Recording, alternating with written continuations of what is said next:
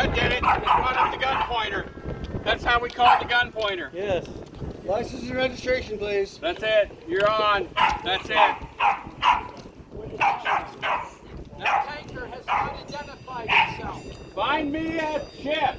Get me pointed at a ship. Give me my flute. There you go. And then we got the yacht right out there. Okay. All right. Brady Buck. All right. So what are we doing here? Practice. Practice, practice, practice. Why? What's this all about? All right. So let's think about hitting a ship. What's my hit probability? 10%.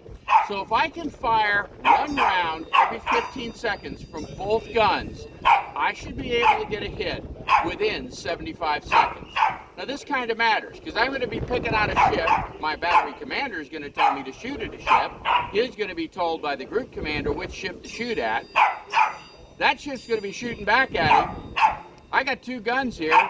If that ship is a destroyer, it's probably got at least 5 gun mounts with either 1 or 2 guns each. Woo, 2 guns, 10 versus 2. Hey, we're having fun here. If it's a light cruiser, it's probably got the same number of mounts and maybe 3 guns per mount. So I'm outgunned. So I got to get hits and I got to get them quick and I got to get them then. So, yes, Fenway's having fun down here.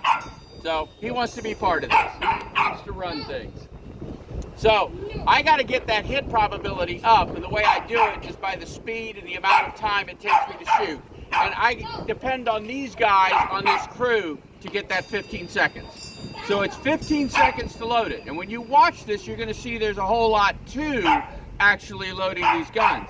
We're able to do about 90% of everything that you would do to fire these guns. Now, if you're doing the loading drill, you're obviously not firing live ammunition.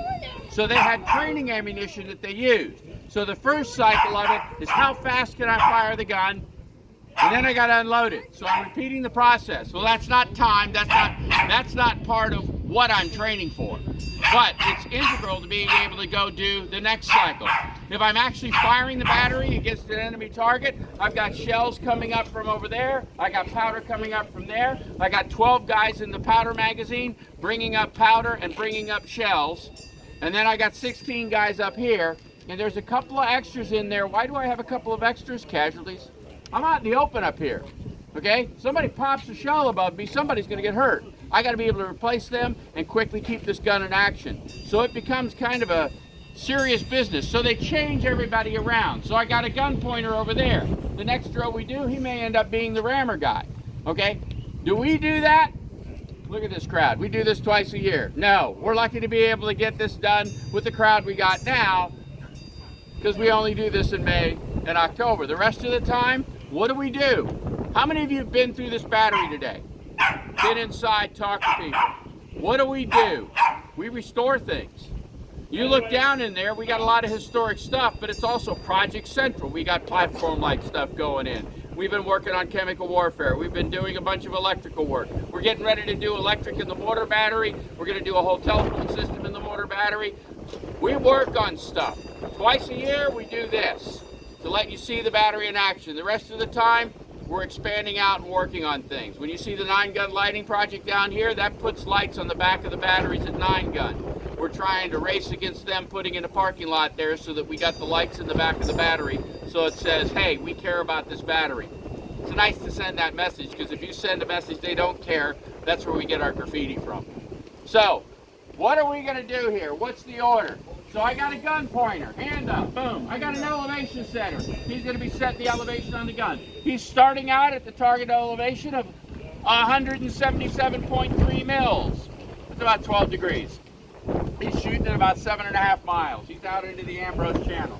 All right, so he's getting ready to shoot. I've got the breech operator. He opens and closes the breech. I got the chief of breech. He's got the primer. Okay, without that, the gun doesn't shoot. That's like a Class A blasting cap, only for artillery. All right, I've got 2 guys on the shells. They're the next guys to come in, and then I got my ammunition carrier over there for the powder. The man with the big powder bag. The first guy who moves on the breech after it's open is this gentleman here with the swab. Swab. Why? I got burning embers in there. He's got a soda ash compound, puts the fire out. That's important. You throw a shell in there and powder in there and something's burning, and you're going to cook all of us back here. So he's got to make sure that thing doesn't have any fire in it. Once he comes out, the shell goes in, the powder goes in. I'm the guy who rams them. Breech gets closed and the primer goes in. Last thing that happens is the primer that goes in. If all the rest of us have done our jobs right, he'll get that primer in before we hear the first ding of the bell. So now let's see, and safety. We can't simulate everything and sometimes we forget. What does that gun do when it fires? It comes back, it recoils. If I'm standing, when he fires that gun, if I'm standing here, I'm going to be out there with about 20 broken bones. If he's got his arm here on this gun tube and it fires, it's probably going to rip his arm out of joint. He's probably going to have it literally pulled out of socket. If he's got his arm on it, same problem. There was a shield here. It was made of brass. Where do you think that went? Somebody sold it. Gone. Okay, so we don't have the benefit of the shield. But we still have to be careful and think about that as we're doing the inter. So we don't want to be hanging on it. This guy's going to be tracking a target, so he's going to be looking through that scope while we're doing this drill. And not leaning on the gun. Yeah, can't lean on the gun. You lose your arm. So, we have to train ourselves to do that. We do this twice a year. We're not perfect, but we're going to sure try. All right, let's get ready.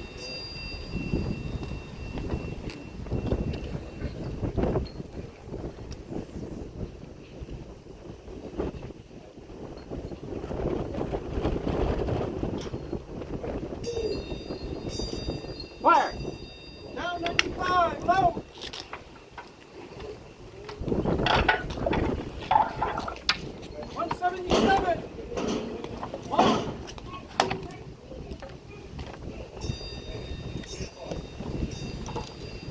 Right on the edge, but we got it.